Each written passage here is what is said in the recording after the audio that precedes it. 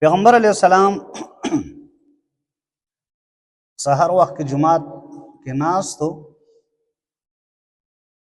صحابه کرام رضوان الله تعالی علیهم اجمعین دا ناس دي او تاسو کې څوک داسې شته دی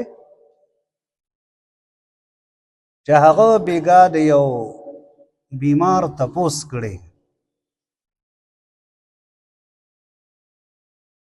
ابو بکر صدیق رضی الله تعالی عنہ ورته ویل یا رسول الله او ما بیګا د یو بیمار تپوس کړی دی.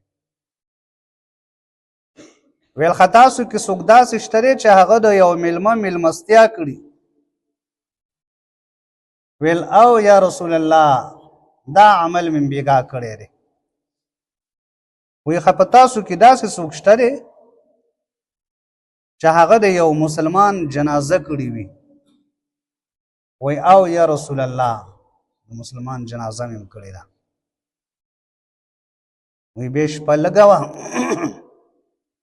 شپه لږه وه تلاوت د قرآن کې مشغول شوم، په تهجد کې مشغول شوم. وی خو واوره ابو بکر صدیقه، وی بیګا جبریل علیہ السلام ما ته سل کرتی راغلو. ویل ما ته یې ویلې چې په ابو بکر صدیق رضی الله تعالی عنہ باندې زما د طرف نه سلام وایه. الله وایي چې زما د طرف نه پې څه وایه؟ سلام وایه.